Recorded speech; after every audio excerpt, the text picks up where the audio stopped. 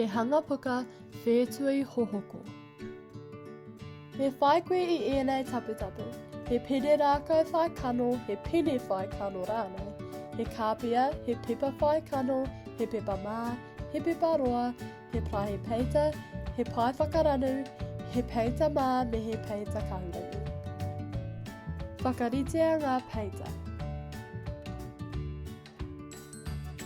Peitahia te rangi hei tīmatanga. Ko te peita kikorangi ki runga, ko te peita mā ki raro. Kōmitimitia ngā tai, kano, e rua kia ōrangitea ki waenganui te pepa. Peitahia ngā kapua ki te peita mā.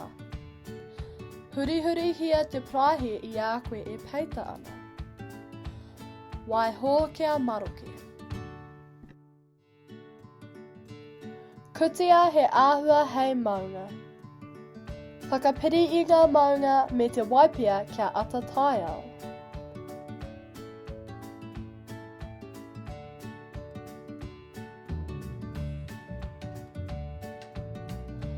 Apahia ngā maunga, mena e hiahia ana te pena. Watu te awa te ana me Tama-nui-te-rā. Tāngia a Whāngai Mokopuna ki tētai pepa mā a kutia.